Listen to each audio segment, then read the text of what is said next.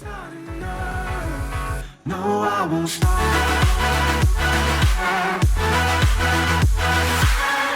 this video is sponsored by Cyberpower UK.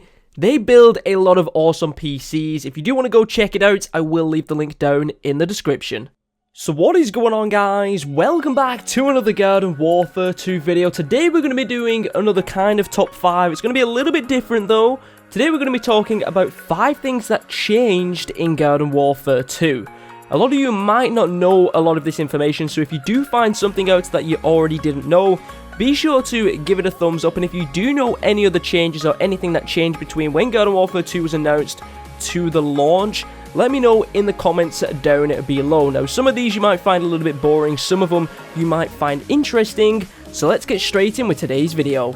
So the first change isn't really a big deal, but in the Garden Warfare 2 beta, the actual sticker packs that you opened were designed a little different. If you opened something that was zombie related, it would have a purple background. If you opened something that was plant related, it would be a green background, and it would still have different colored borders, like depending on the rarity of the card. But I really liked the colors of the background of the sticker packs. Like purple was really cool and looked awesome, and then the green was also really good, and I think those looked better than how they look now. So that's a little bit of a shame that they did change them, but they did design these sticker packs a little bit different in the beta to what it was like when they did fully release the game. The second thing that was changed or potentially removed, we have to go back to the Garden Warfare 2 launch trailer. Now, in this trailer, you can see a weed holding like a chest running up to the flag of power, and originally, this hasn't been confirmed yet, I believe this was going to be what is now known as the Marigold in Garden Warfare 2. So, you would attack the treasure weed, I'm guessing that was what it might be called, and it would drop coins, and then once you destroy it, it would drop diamonds and things like that.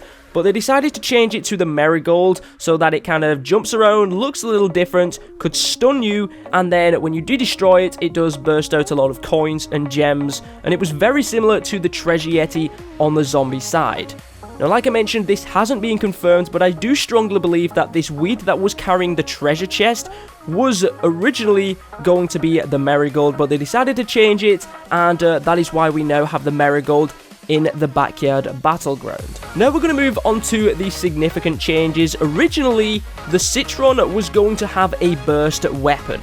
Now it's been changed to a laser, so it is totally different, but if you go to one of the gameplay kind of cinematics on Moonbase Z, you can see that the Citron is firing a burst weapon.